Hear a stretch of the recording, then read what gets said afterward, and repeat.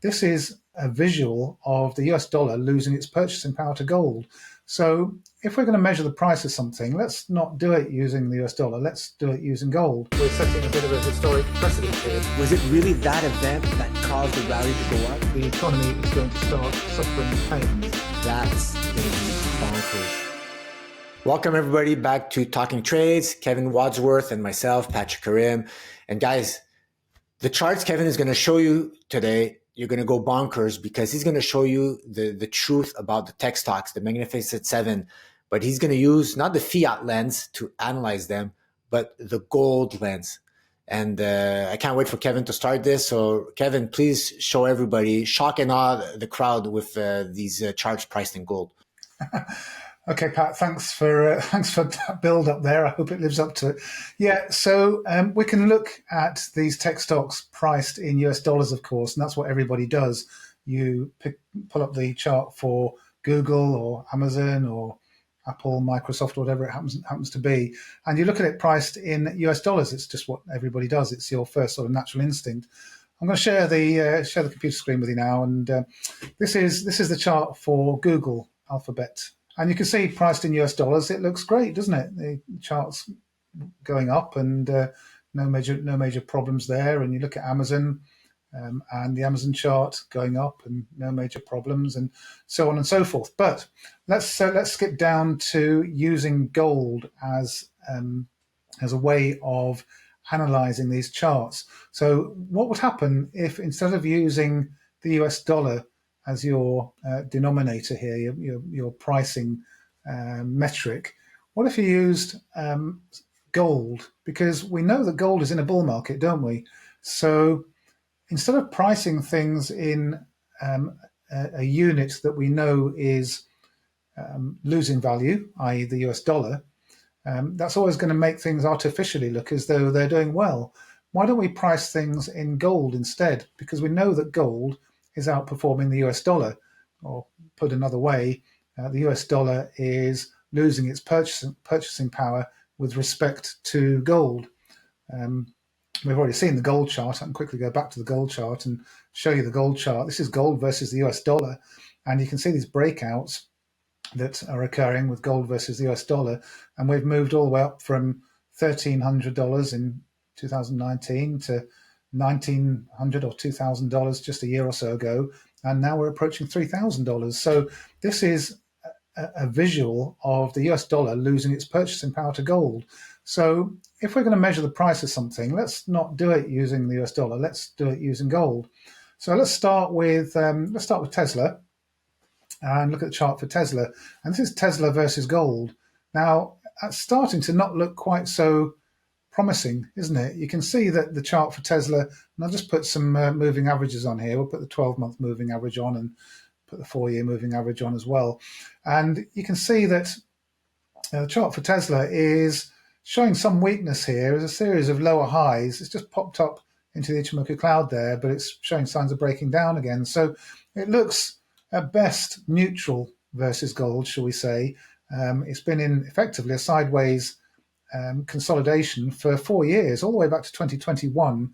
Tesla has not outperformed gold, and that might surprise quite a few people. Tesla has not outperformed gold for 4 years.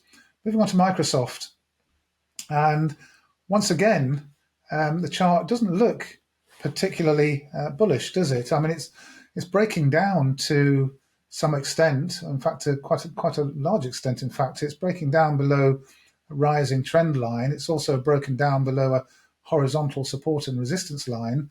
It's also broken down below both the 3-year and the 4-year moving average.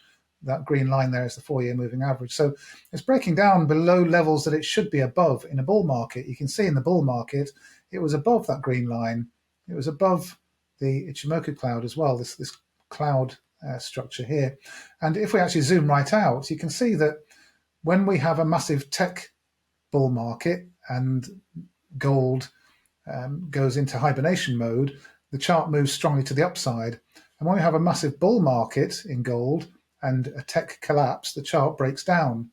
Bull market in tech and bear market in gold as it goes up. So now what's happening is that you can go all the way back to 2021. And Microsoft has not outperformed gold since 2021 over that entire period. It's underperformed it, it's outperformed it, and now it's underperforming it again. The net result is overall, Microsoft has not made any progress against gold since 2021.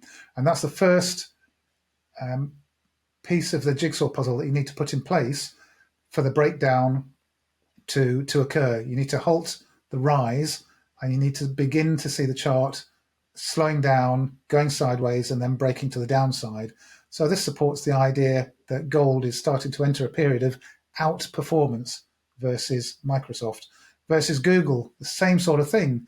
You see that high point there back in 2021. Well, we put in a lower high last year, and we've just put in a lower high again this year. So that's two lower highs, and you can clearly see the weakness that's developing here. Back test. Now, the only other piece of this jigsaw puzzle is to break down through this red circle below the supporting moving averages in the Ichimoku cloud. And as soon as that happens, that will be confirming for us that a new downtrend is developing. So it doesn't look particularly strong. And again, Google has not outperformed gold since 2021. Amazon, take a look at Amazon, and you can go all the way back to 2018 with Amazon. And since 2018, which is a period of 7 years, Amazon has not outperformed gold for 7 years. It's hit a barrier.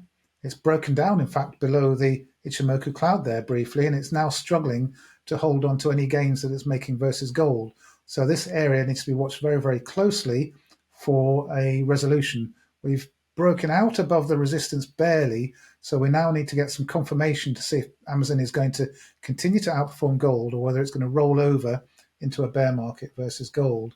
Look at Apple versus gold. It has not outperformed the yellow metal again since 2021. So those peaks in 2021, important actually, because when you look at the NASDAQ, the same can be said for the NASDAQ, has not outperformed gold over that 4-year period.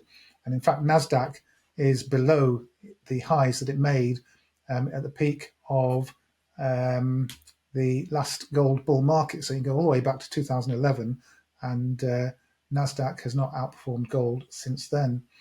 Meta, if you look at Meta, this one's a little bit better, has put in a higher high, but it's a clear sort of expanding, what we call an expanding megaphone pattern.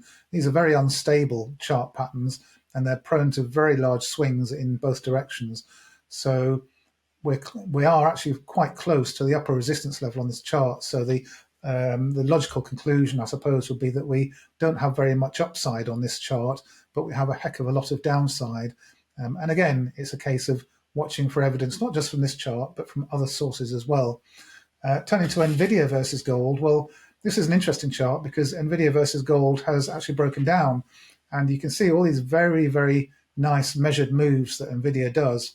Equal measured moves. There's one there, a second one there, a third one there, a fourth one there. Very predictable sort of cyclical behavior, if you like, where Nvidia outperforms gold, then pulls back to support, outperforms gold. And in order to pull back to the support level here, it's going to need gold to outperform Nvidia by 66%. And when you look at the chart for Nvidia itself, that has broken down as well. So, in fact, Nvidia and Microsoft are two of the weakest charts in the tech sector there, and they're both $3 trillion companies, two of the huge companies in the Nasdaq there. So, big implications if both Microsoft and Nvidia continue to show this kind of weakness. They are desperately trying to hang on to current price levels. If we start to see any gathering of momentum to the downside, then that will be very, very bad news for tech stocks more generally, and will hasten the progress towards a capital rotation event. So pricing things in gold, Pat, is, shall we say, illuminating. And as this process continues, and as the capital rotation event gathers pace, I suspect the clues that we get from the ratio charts versus gold are going to be very, very key, very, very important to watch. Thanks, Kev. That was brilliant. Guys, thanks for joining us. Make sure to subscribe and like to get more content like this. Thanks, guys.